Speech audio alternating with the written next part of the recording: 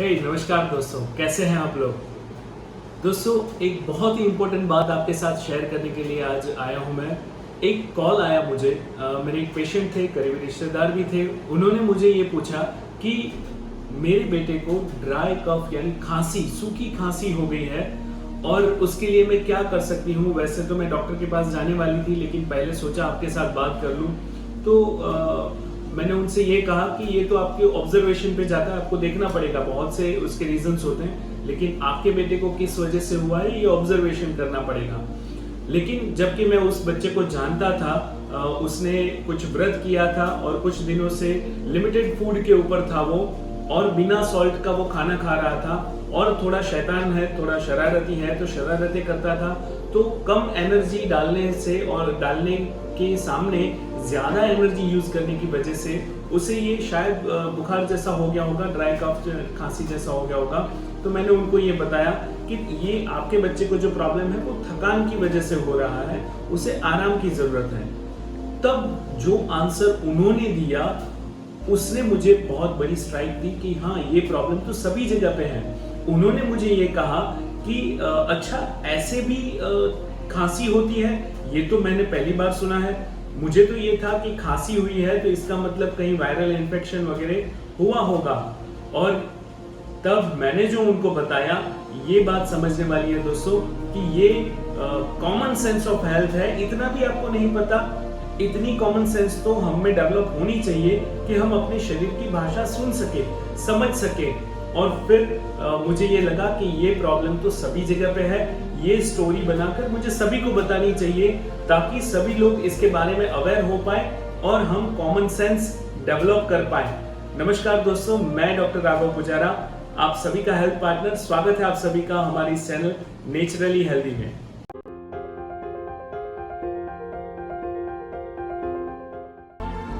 दोस्तों, अब हम ये समझते हैं कि what is common sense of health. हमारा शरीर हमारे साथ बात करने का प्रयत्न करता है, हर बार ये समझाने की कोशिश करता है। बीमारियां ऐसे ही नहीं आती है, उससे पहले कई सारे सिग्नल्स आते हैं, कई सारी ऐसे सिम्टम्स आते हैं, साइंस आते हैं जिसे हमें समझना चाहिए। हमारी इंस्टिंक्ट भी हमें उस और खींचती है, हमें इंस्टिंक्ट भी होती है, लेकिन हम उसे इग्नोर करके आगे बढ़ते हैं। आजकल हम दिमाग से बहुत ज़्यादा सोचते हैं। और दिमाग कैसे काम करता है, तो जितने भी हमारे अनुभव होते हैं या फिर हमने जो देखा होता है उसके पैरामीटर्स पे वो दिमाग काम करता है। यहाँ पर जानने वाली बात यह है कि दिमाग को ट्रेन किया जा सकता है, हमारी बुद्धि को ट्रेन किया जा सकता है, और इसी चीज का फायदा उठाकर कई लोग अपना मुनाफा बनाने के लिए लगे हुए हैं। हमारे दिमाग को बार बार हैमर किया जाता है। आपने खुद ही ये अनुभव किया होगा कि कोई एक बात, चाहे वो गलत हो, लेकिन बार बार अगर कही जाए तो वो धीरे धीरे सच लगने लगती है। तुम पागल हो, तुम पागल हो, ये बोलने से धीरे धीरे पागलपन बढ़ने लगता है। और इसे ही ऑटो सजेशन थेरापी या हैमर थेरापी के रूप में फॉरेन में यूज हो रहा है, यहाँ पर भी यूज हो रहा है, हम भी उसका यूज कर रहे हैं। लेकिन इसका गलत इस्तेमाल करके लोगों के दिमाग में कोई भी चीज को सेट भी किया जा सकता है। अब दिमाग हमारा कुछ और बोलता है और दिल, हमारी इंस्टिंक्ट कुछ और बोलती है, तब हम कंफ्यूज हो जाते हैं। और इसी कंफ्यूजन के तहत हम सामाजिक पैरामीटर्स के ऊपर अपनी हेल्थ को छोड़ देते हैं। और फिर सभी लोग दवाई लेते हैं तो मुझे भी दवाई ही लेनी चाहिए। हम हमारे दिमाग को क्लोज कर देते हैं, खुद के कॉन्फिडेंस को, खुद के इंस्टिंक्ट को साइड पे करके हम सिर्फ दवाइयों के ऊपर डिपेंडेंट हो जाते हैं। ये बात हमें समझनी चाहिए, और थोड़ा सा एग्जाम्पल के साथ मैं इसे समझाता हूँ ताकि ये अच्छे से हम समझ पाए। बहुत जरूरी है दोस्तों ये समझना कि आजकल देखिए, एक कॉमन पैरामीटर है कि अगर आपने किसी मान्य यूनिवर्सिटी से बड़ी पदवी ली है तो ही आप उस विषय के निष्णात कहे जाएंगे, तो आप एलिजिबल है कुछ बड़ा करने के लिए। क्या ये सच है? जी नहीं। ये हमारा अनुभव है कि कई सारा ऐसा टैलेंट गांव के अंदर बसा हुआ है, कई सारे ऐसे बड़े बिजनेसमैन हैं कि जिन्होंने कोई पदवी नहीं ली है, कोई पीएचडी या मास्टर डिग्री नहीं की है, लेकिन फिर भी इतना बड़ा एम्पायर चला रहे हैं कि जिसके अंडर में कई सारे पीएचडी और कई सारे ऐसे मास्टर्स डिग्री किए हुए लोग जॉब कर रहे हैं। तो मतलब ये पैरामीटर्स डिसाइड किया है, लेकिन वो सच नहीं है।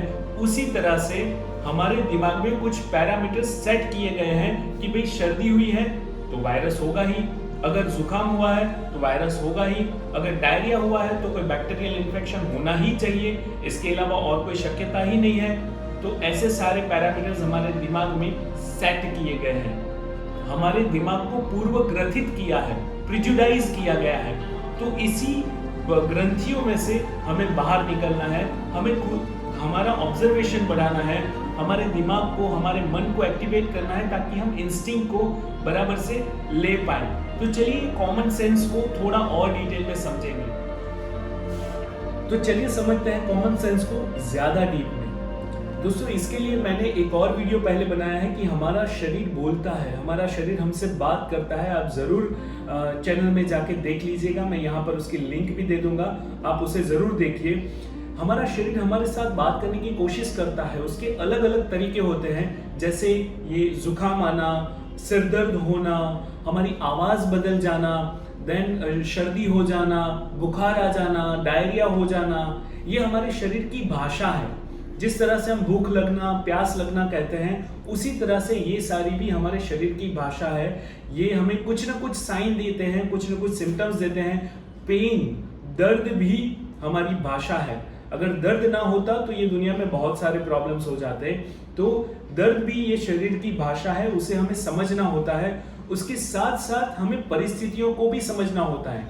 जैसे ही ये साइन सिम्टम्स हमारे बॉडी में दिखते हैं, तुरंत हमें ये ऑब्जर्व करना चाहिए, सूक्ष्म निरीक्षण करना चाहिए खुद का कि क्यों हुआ ये, क्या चेंजेस आए मेरे लाइफ में।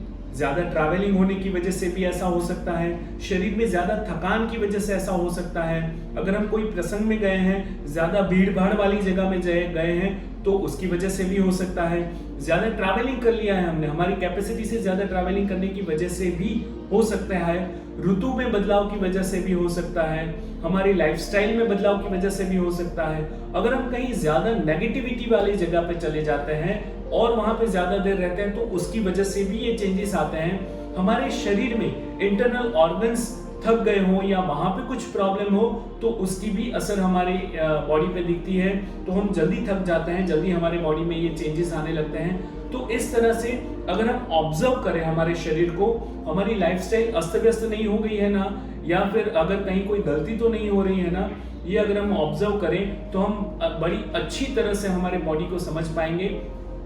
और ध्यान में रखिए हमारी इंस्टिंक्ट के बारे में, हमारी इंस्टिंक्ट हमें हमारी प्रेरणा हमें जो भी होती है उसको बराबर से सुने, ध्यान से सुने उस प्रेरणा को। हमारी प्रेरणा हमेशा हमारे फेवर में होती है, हमें कुछ न कुछ बताती है। और अगर आप उस प्रेरणा को फॉलो करते हैं, उस इंस्टिंक्ट को फॉलो करते हैं, तो अपनी हेल्थ को अच्छे से हैंडल कर पाएंगे। अपनी सूझबूझ को ध्यान में रखिए, कॉन्फिडेंस से आगे बढ़िए, सिर्फ ये सामाजिक पैरामीटर्स के ऊपर मत जाइए, कॉमन सेंस लगाइए। ये कॉमन सेंस हमें खुद के अंदर तो डेवलप करनी ही चाहिए, लेकिन हमारे बच्चों को ये कॉमन सेंस जरूर देनी चाहिए। हमारी पीढ़ी तो बर्बाद हो रही है, लेकिन हमें आगे की पीढ़ी को बर्बाद नहीं होने देना है, उन्हें ये कॉमन सेंस ऑफ हेल्थ देनी है। हमारे पहले के जमाने में अगर हम थोड़ी सी झांकी करें तो क्यों इतने लोग हेल्दी थे, क्योंकि ये कॉमन सेंस उनके दिमाग में थी। बच्चों को पहले से ही ये सिखाया जाता था, उनके सिलेबस में ये होता था कि व्हाट इज नेचुरल हेल्थ और किस तरीके से हम कॉमनली नेचुरली अपनी हेल्थ को हेल्दी रख सकते हैं। लेकिन वो अब हमारे सिलेबस में नहीं है और हम अलग कुछ पढ़ाई कर रहे हैं। तो ये कॉमन हेल्थ की कॉमन बातें हमारी पढ़ाई में भी होनी चाहिए। अगर पढ़ाई में स्कूल में नहीं सिखाते हैं कोई बात नहीं, हम घर पे सिखा देंगे, घर पे ही हमें सीखना चाहिए। तो कॉमन सेंस डेवलप होती जाएगी। जैसे जैसे बच्चों में कॉमन सेंस डेवलप होगी तो पूरा समाज बदलेगा, पूरा राष्ट्र बदलेगा और नया भारत हेल्दी भारत होगा। तो चलिए हेल्दी भारत बनाते हैं, कॉमन सेंस को डेवलप करते हैं। इसी कॉमन सेंस के साथ अपनी हेल्थ के साथ डील कीजिए, हंसते रहिए, मुस्कुराते रहिए। हेल्दी रहना बहुत आसान है, तो नेचुरली हेल्दी रहने के लिए हमारे इस चैनल को सब्सक्राइब कर दीजिए ताकि सारे वीडियोस आप तक पहुंचते रहे। और अगर आप कोई स्पेशल सब्जेक्ट पे जानकारी लेना चाहते हैं तो कमेंट में मुझे ज़रूर बताएं। और बाकी लोगों को हेल्थ सर्व करते रहिए, शेयर करते रहिए, दोस्तों को बताइए और हमसे जुड़े रहिए। Thank you very much.